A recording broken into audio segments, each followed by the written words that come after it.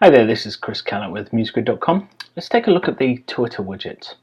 So we have three widgets. Let's drag them all onto the page. We have the follow button here. We have the tweet button. Let's put those two next to each other. And then we have the timeline widget. So let's pop that on the page. So let's take a look at what we can actually do. Well, we have our username, then we have a personal ID widget. Now this is quite important. Although you can leave this as it is, that relates back to one of our widgets. So it's usable, but not advised. So the Twitter API instructions say that you need to use a unique one of these for this widget for your own, and we'll show you how to do that in a minute. So we have our a username here. Let's change that to Adobe and see what happens. You'll see here that the widget updates. We have the link color, so that's relating to this color here. We have the follow recommendations. We have border color. We have a light theme and a dark theme, so we can switch those between light and dark. We have the ARIA accessibility options. We'll leave that as is. If you need accessibility, that's there. If not, just leave it as default. The number of tweets you want to show. We have up to 10 because we thought that was the neatest for the page. And then we have these options that we can switch off. So we can hide the header, we can hide the footer, we can hide the border, we can hide the scroll bar, and we can even make the widget transparent. And if you want to opt into the Twitter tailoring, so it makes suggestions in your tweet feed that you might be interested in, you can do that. We've got it set to opt out by default. When we've set to transparent, you can see that if I put a colored box behind this, let's send this to the back, then we can see that it is now transparent.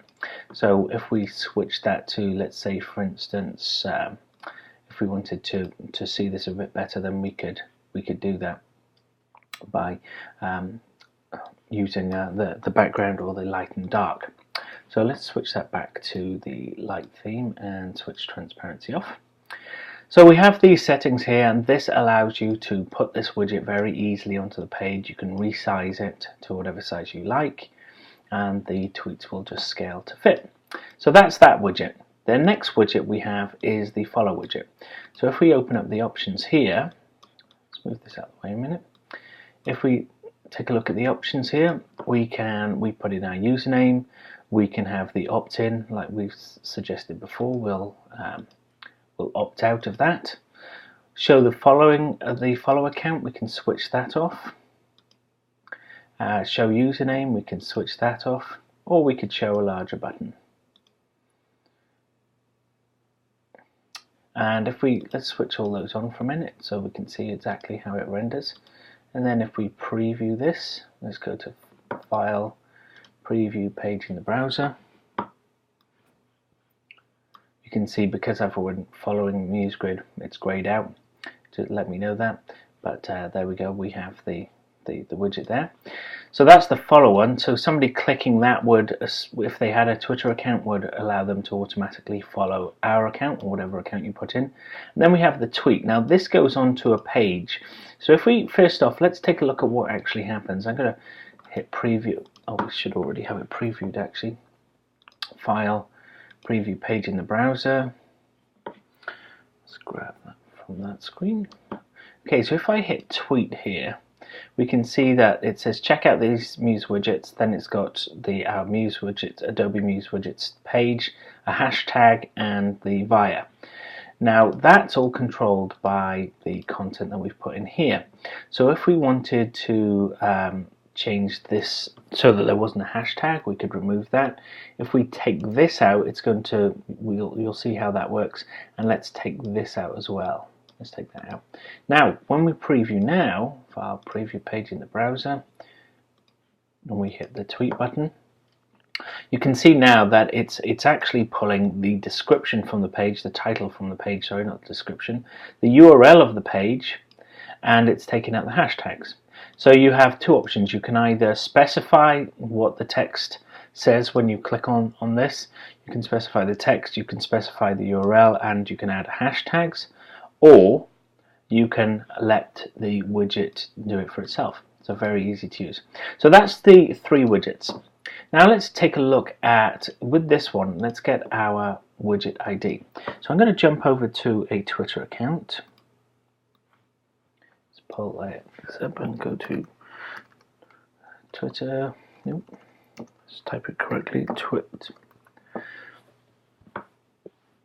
So here's my Twitter account, and I'm already logged in. This is my personal account here. If I click on the little cog here and I go to settings, and then Twitter fail. Let's try again. Sometimes that happens on Twitter. There we go. And then we go down to widgets. We can see we've already created some widgets here. Let's delete one of these and start again. So let's create new, and we can put in our username and so on. But what we actually want to do is just generate this widget. So we don't want to do anything else apart from create widget. Now once this is created, we get this ID here. See that? After the word widgets and before the word edit, we get that. That's our widget ID. So we want to just grab that, copy, go into here, and we can paste that in. Now, because we've got Adobe in there as a Twitter username, that overrides this, but that does mean that this personal widget ID is connecting to our own API key in widget rather than MuseGrid's own one. As I said, you don't have to change it, but it is recommended that you do. So that's all there is to it. So hope you enjoy using the widgets. They're very useful, and thanks for watching.